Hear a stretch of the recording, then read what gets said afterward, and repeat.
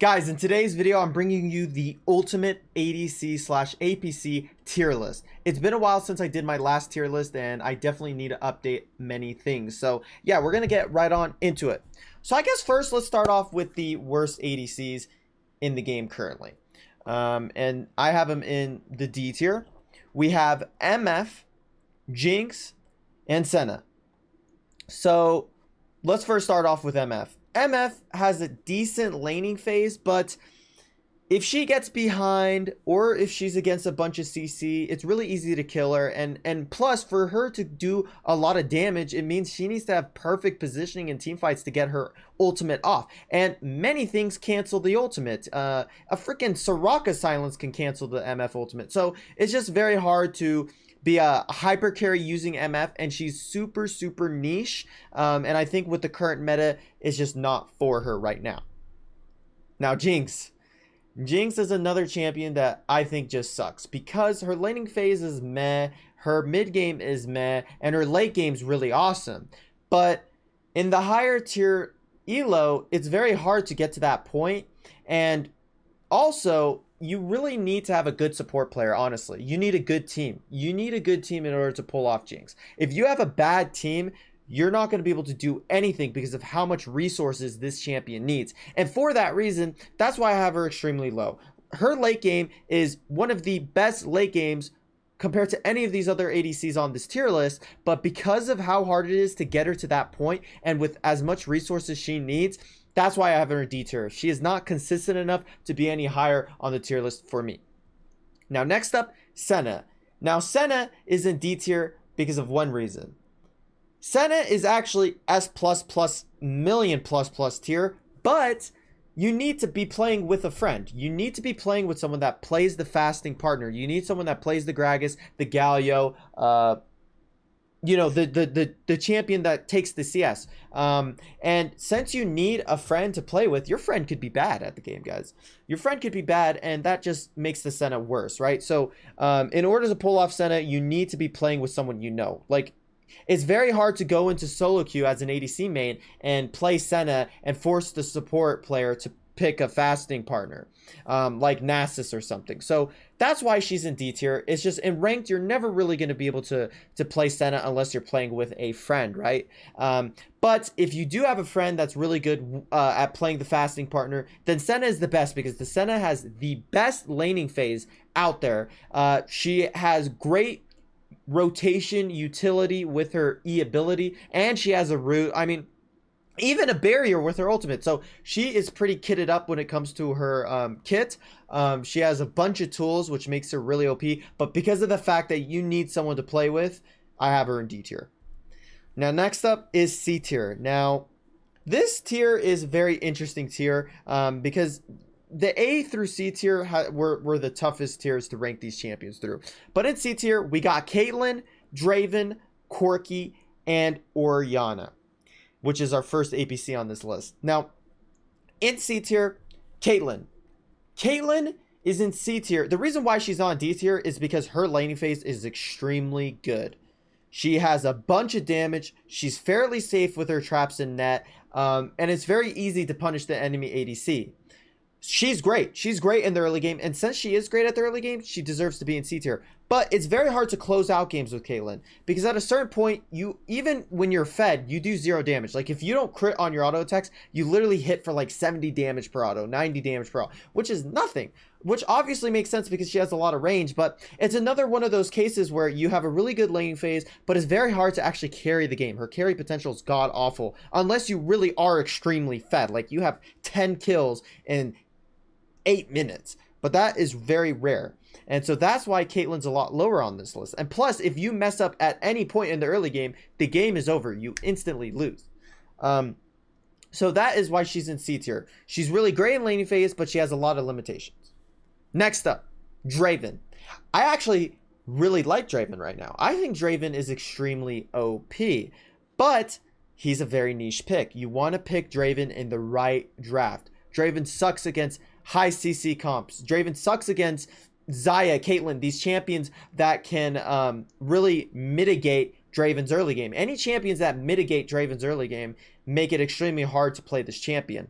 But Draven is the best oppressive character in the game. And so that's why he is in C tier. He can extremely punish, like, let's say there's an enemy Vayne and you're like, okay, I'm going to counter pick Draven into it.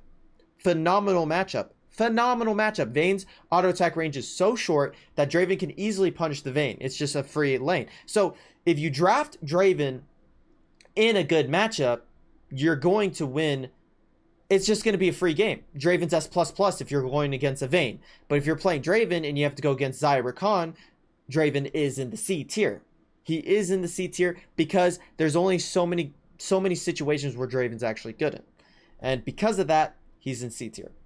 Next up, we got Corki, guys. Now, Corki is really OP. Corki does so much damage. It's actually ridiculous. His laning phase is insanely good because you could easily punish people with your Q ability, your first ability. And if you're getting punished, you could use the Q ability to last hit minions from really far away. So overall, Corki's trading is extremely good. His damage is extremely good. His package is broken for the first dragon or Rift Herald fight. Now you may be saying, well, if he has all these great things, why is he in C tier? Well, it's very easy. Corki's auto attack range is extremely short. So he gets easily outranged by a million other characters. And the only characters that are in his range are melee champions, and they're broken. So that's where you're kind of at with Corki. You need to get really fed, and you need to be able to blow up people extremely quickly. And you want to play against compositions that have very short ranges. If you're playing against, like, Ezreal's going to poke you a million miles away before you could even hop on him, because Corki has a Valkyrie, which is his dash ability. If Corki dashes onto Ezreal, Ezreal's just going to dash away, and Corki's in the same spot. So, and plus, you never even want to use dashes like that. You want to use them defensively, but Corki just has really small attack range, and because of that, he is in C tier. Because in my opinion, I think all the other ADCs in the B tier are better than him. Now, lastly, in this tier, for the C tier, is Orianna. Orianna is the worst APC out of the APCs. Her lane is alright, but it takes a very long time to scale. She's basically like Jinx, guys. Her lane's like whatever, but it takes so long to scale with Orianna that it's just a buzz kill. And so that is why she's in C tier for that just alone. Now the B tier, guys. The B tier is where I have a lot of the situational champions. Ashe, Xayah, Jhin, Tristana, Vayne. Okay, let's first start off with Ashe. And I actually have Ashe in the front because I do think Ashe is the best one out of these champions. Ashe has a deadly early game. Her range is extremely far. Her poking is insane with the Man-Immune Trinity build. She can shoot a vision hawk, the Hawkeye vision, anywhere around the map and track the jungler. Never need to worry about ganks. And she has an ultimate that's across the map ulti stun, which is absolutely broken with the Man-Immune Tristana, Man-Immune Trinity build, not Tristana. So she is very strong. She is very, very good. The only problems that you would have with Ashe is going against a tanky comp. That is literally her only downside. That's it. It's just a tanky comp. If they have a bunch of tanks like Galio, Garen, it's going to be very hard for you to do any damage because you really want to catch people out with your ults. And if you're ulting a Garen, nothing's going to happen. So that is her only downside. But I do think Ashe is very, very good. Now, next up, Xayah. B tier. She is very good. Her laning phase, another champion with a phenomenal laning phase. She's fairly safe with her feathers and her ultimate. So if you want a champion to main and spam in most games, you can actually get away with Xayah. And I think Xayah is actually very good right now. I'm actually surprised of the fact that much people don't play Xayah. Even myself, guys. I don't go into a ranked game like, I'm going to play Xayah today because it's just like, I kind of forget about her. Because you don't even need Rakan to play Xayah. But having Rakan is very beneficial because you both are much stronger together. So, Xayah, very good. Especially good against comps that you want to kite against. So, if there's a huge comp with a bunch of melee champions, Xayah is the perfect champ for you. But if the enemy composition has a bunch of poking champions, Xayah will have a very difficult time. Next up, Jin. Jin is a mitigator. He is so good at neutralizing oppressive laning characters. So Lucian, well, okay, so Jin is the pick you want to go against very squishy compositions and when your team has a lot of CC. Okay, those are the best indicators to pick Jin. Another way to play Jin is if you're against a Caitlyn, a Draven, a Lucian.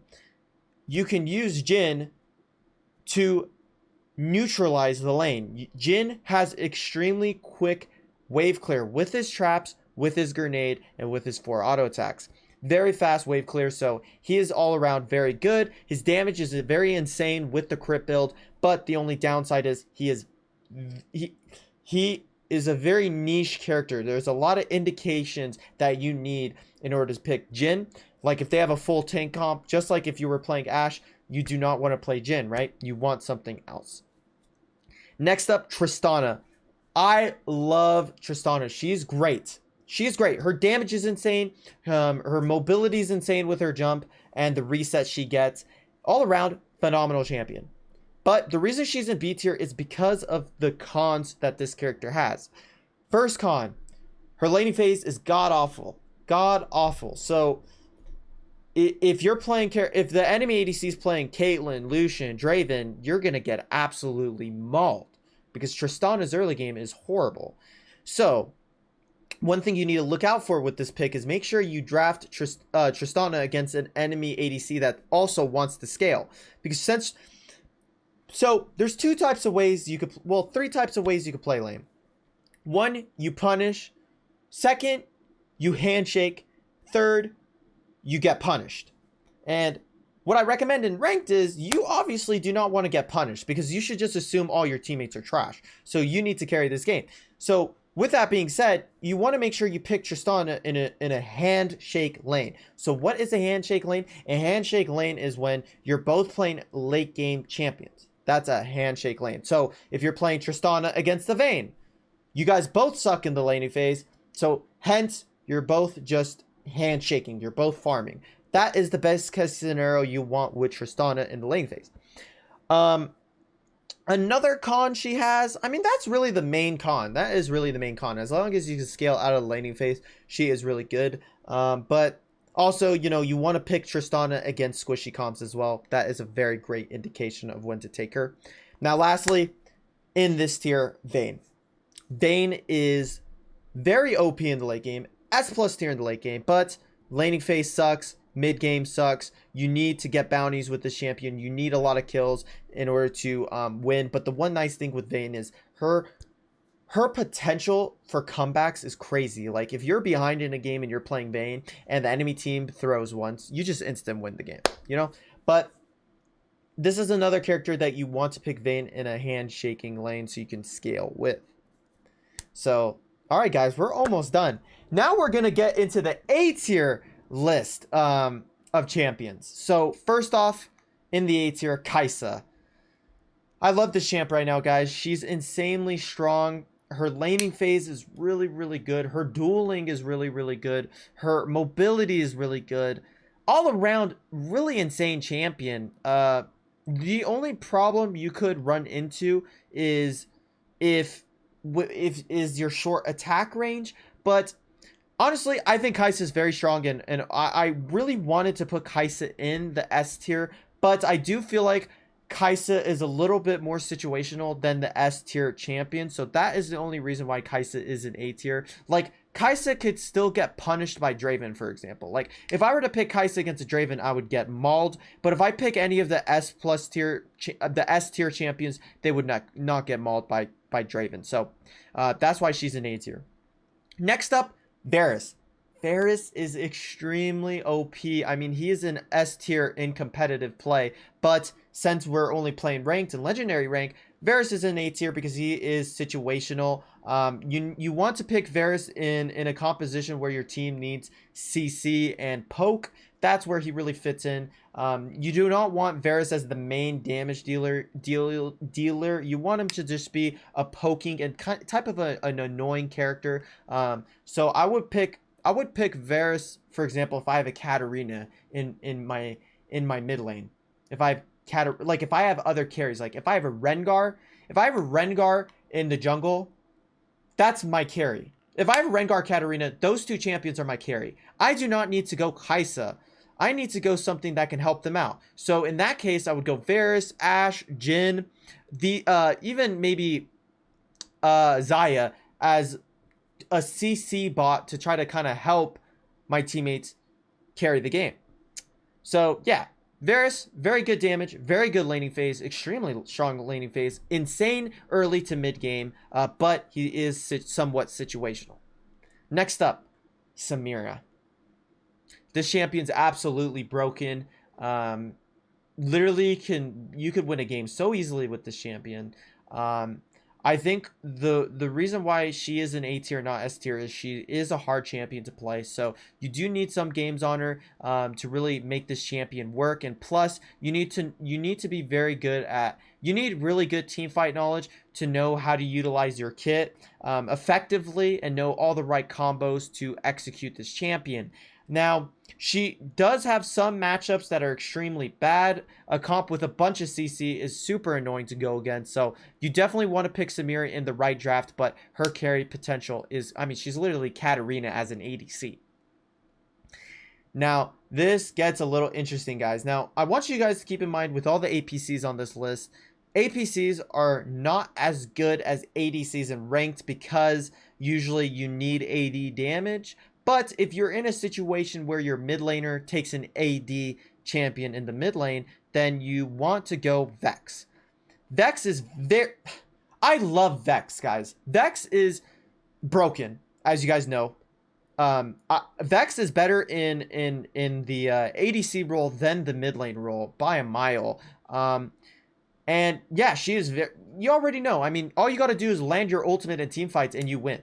So you could play her against any comp really, besides a comp with really good lockdown. Like playing Vex into a Nautilus is very, very annoying. I mean, any composition that wants you to engage on them, Vex is a little difficult in, but she is very OP, guys, and very easy to play.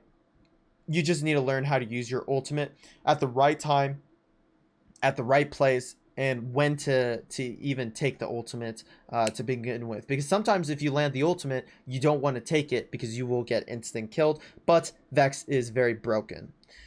Now, lastly, in the A tier is Lux, man. I love Lux. She is really OP, but she is very niche too. You want a composition with a lot of lockdown, so it makes it easier to play this champion. Like you want to play Lux with Alistar, Nautilus, Galio, Leona, Rakan, these champions that could CC first, so it makes your life easier. Lux has a bunch of explosive damage and burst damage in the early to mid game. She falls off compared to the other ADCs and AP champions when it comes to the late game, but she is very, very good. But I do think that you need a friend in order to play this champion with. So for example, if I'm playing Lux, I'm gonna make sure I'm duo queue with a support player that I know and I feel confident with to combo our abilities together. Now, guys, we're in our last S tier list of ADCs / APCs. Lucian, Ezreal, Ziggs. These three champions are the best ADCs / APCs in the game, hands down, because they are good into any draft. Any draft, okay? Any draft. All three of these champions are good in any draft. And that's just my personal opinion. You cannot go wrong with any three of these champions.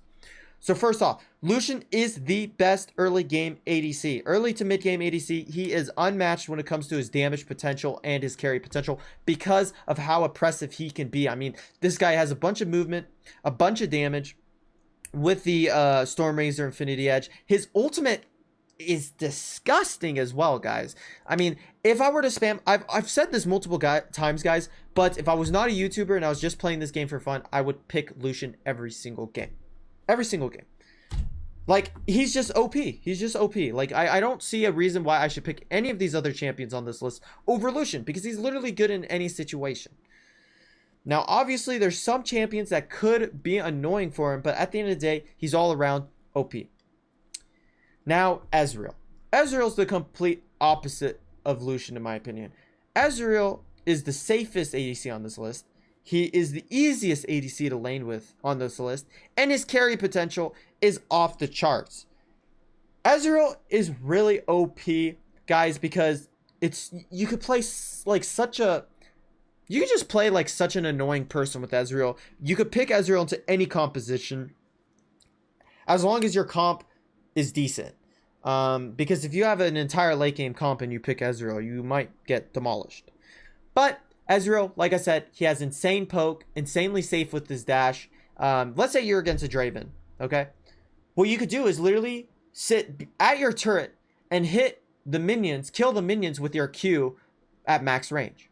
That's what I'm saying when you could play super annoying with Ezreal. He's all around safe, carry potential off the charts. His ultimate is broken at level 5. You could literally kill the enemy support and ADC at level 5 as long as you have a competent support player. So that's why he's on S tier. And honestly, you could say you could put Ezreal above Lucian because of the fact that Ezreal is easier to play than Lucian. Now, lastly on this tier list, to finish it off, guys, is we got Ziggs. Ziggs, guys. Ziggs is the best overall APC in Wild Rift. Ziggs is good in any situation. Like Lux, Vex, Orianna are very situational. Very situational. Like for example, if there's an Olaf on the enemy team, you can't play Lux, but you could still play Ziggs. And plus, Ziggs is so easy to play, guys. You do not... If you guys are like if you do not play the ADC role and you get off-field ADC, I think Ziggs is the best go-to. Ziggs is the best go-to. He is so safe. He does so much damage. His laning phase is great. If you're against a Draven, for example, a Caitlyn, a Lucian, sit at your turret and throw your bomb at max range. You will be able to farm without getting punished. And that's what makes Ziggs so broken and even in competitive play. The one benefit with APC champs is they're much stronger than ADCs in the early and mid game. Their damage is unmatched. It takes a long time for ADC champions to start to scale. So with that put Ziggs in S tier, and Ziggs is just phenomenal. So that ends my tier list for the ADC champions in Wild Rift right now, guys. I know Zuri is going to be another ADC coming out. I'm really excited to play her because I remember watching PC League this or last year and just seeing people go crazy with her. So I'm really excited to get my hands on her and to see where she fits on this list. But anyways, guys, if you guys did enjoy the video, make sure to let me know in the comment section down below your guys' personal thoughts and if you think I am an idiot. So yeah, guys, we're on the road to 50K subs. So if you're new here, make sure to sub up, guys. We're on the road and hopefully we can hit it soon. So with that being said, guys, I'll catch you guys in the next one. Peace.